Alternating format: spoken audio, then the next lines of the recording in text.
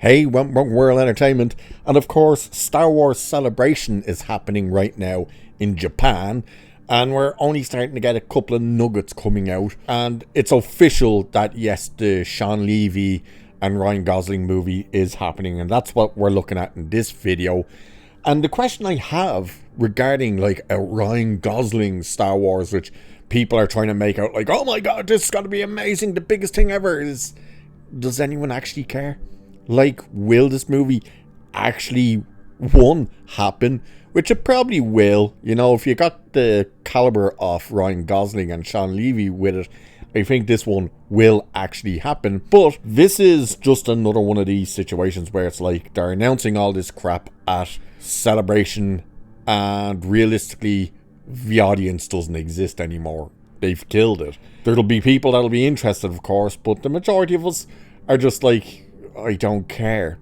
But let's actually see anyway what this announcement is, because we get a title for this movie. And quite frankly, it almost sounds like it's meant to be the Rogue Squadron. But let's have a look anyway. So, if you were expecting Kathleen Kennedy to announce her retirement in front of the Star Wars fans in Japan, think again. In a major announcement at the Star Wars Celebration 2025 in Tokyo, Lucasfilm revealed that acclaimed actor Ryan Gosling will headline a new standalone film titled Star Wars Starfighter.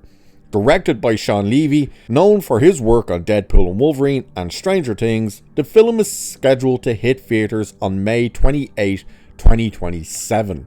Set approximately 5 years after the events of Star Wars Episode 9, Starfighter promises to introduce audience to an entirely new cast of characters and explore a previously uncharted timeline within the Star Wars universe. Levy emphasized that the film is a standalone. It's not a prequel, not a sequel, it's a new adventure. Well, okay, yes and no to that. No, it's not a traditional sequel, as in, it's not the follow-up to Rise of Skywalker, but at the same time, it is sort of a sequel in the timeline to that, because it takes place after that. Which this is the type of thing they should have done anyway with all their movies. It's like, just move away from the known canon where you could start doing things. And that's where the biggest argument from all of us really comes from, is you went in and you destroyed the legacy characters. You destroyed the mythos. You destroyed the canon. And now you want to go and move forward. You should have moved forward in the first place. So anyway, Gosling, expressing his enthusiasm for the project, shared a personal anecdote during the event, revealing a childhood photo of his Star Wars themed bed sheets. "I guess I was probably dreaming about Star Wars before I even saw the film," he remarked, highlighting his long-standing connection to the franchise. The change in mood for the development of this film is stark. The announcement played into nostalgia. Longtime love of the franchise George Lucas built featured no allusions to girl boss tropes, and had Kathleen Kennedy appear only in a passive backdrop fashion on the stage.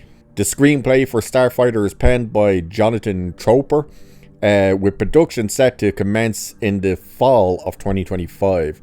The film joins a lineup of upcoming Star Wars projects, blah blah blah, including Grogu and Mandalorian, yada yada yada, which apparently they did show the trailer for at Celebration, so I'm assuming probably over the weekend or maybe next week we'll get that trailer. Apparently it's leaked online.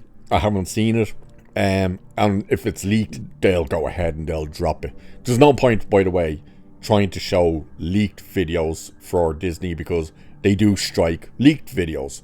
When they upload the videos themselves, it's fine. But again, Ryan Gosling, he's one name that you would never associate with starring in a Star Wars movie. Let's put it that way. You know, when you look at his back catalogue, basically, and the type of actor he is, it doesn't scream Star Wars. So I'm curious as to exactly what style of movie this will be and stuff.